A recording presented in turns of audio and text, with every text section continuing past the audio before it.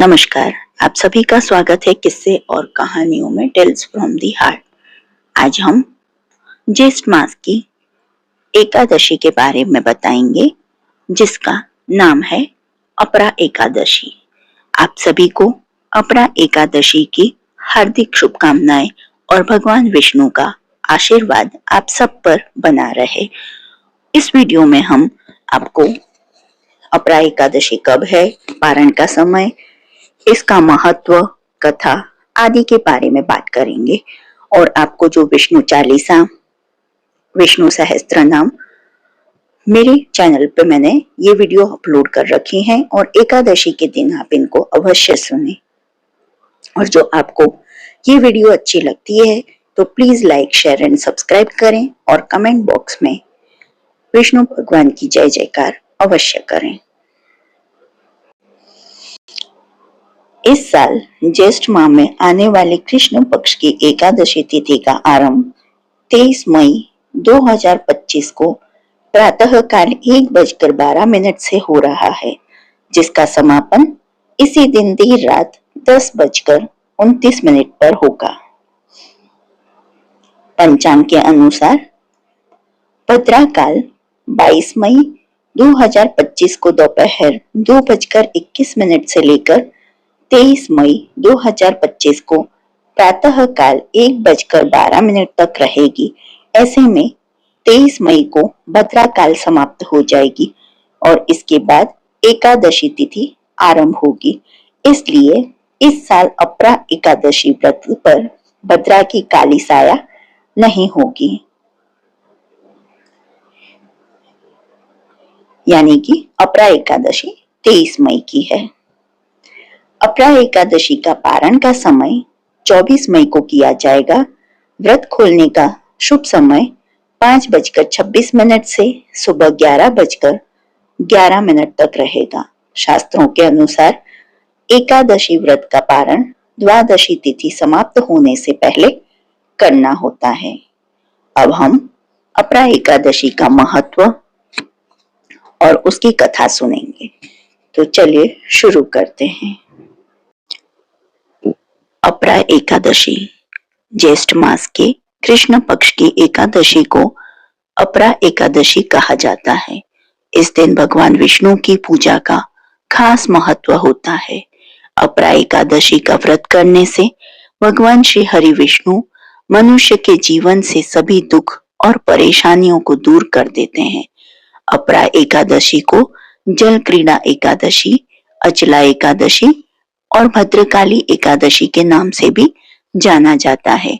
इस दिन भगवान विष्णु की पूजा और व्रत करने से मनुष्य को अपार पुण्य मिलता है, इसलिए इसे अपरा एकादशी कहा जाता है।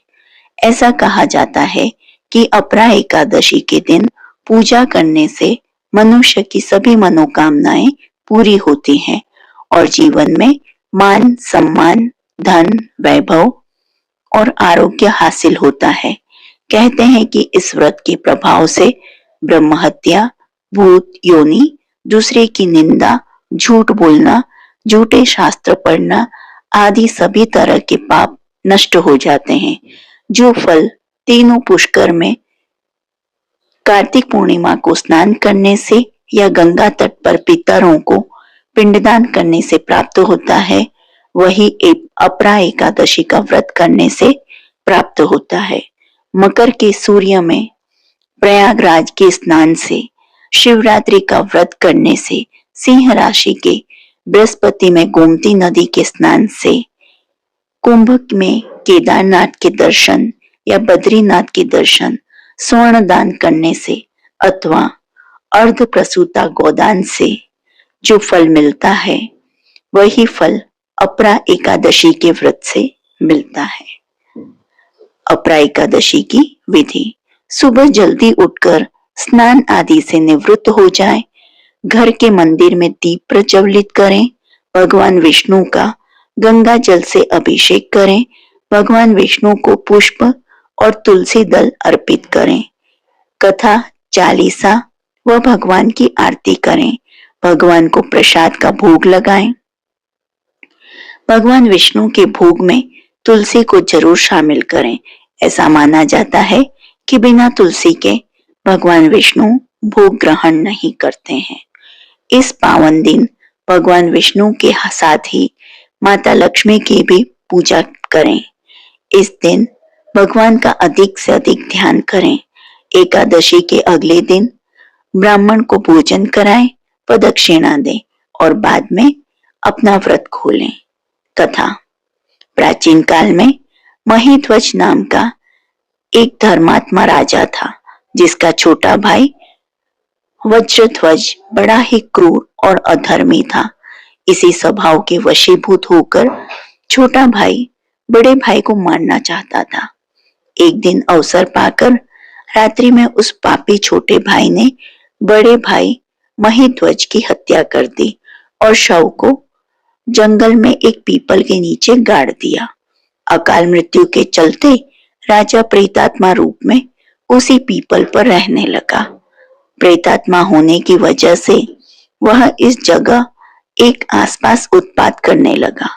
एक दिन धौम्य नाम के एक ऋषि पीपल के समीप से गुजर रहे थे, तो उन्होंने इस प्रेत को देखा। ऋषि ने अपने तपोबल से प्रेत के उत्पात का कारण समझ लिया। सब कुछ जानने के बाद ऋषि ने उस प्रेत को पीपल के पेड़ से उतारा और उसे परलोक विद्या का उपदेश दिया।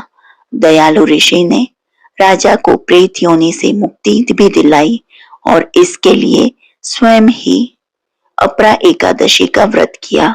साथ ही द्वादशी के दिन व्रत पूरा होने पर व्रत का पुण्य प्रेत को दे दिया, जिसके पुण्य के परिणाम स्वरूप राजा को प्रेत योनि से मुक्ति मिल गई। ऋषि को धन्यवाद देकर वह स्वर्ग को चला गया। इस प्रकार अपरादशी एकादशी की कथा पढ़ने या सुनने से मनुष्य को सब पापों से मुक्ति मिल जाती है।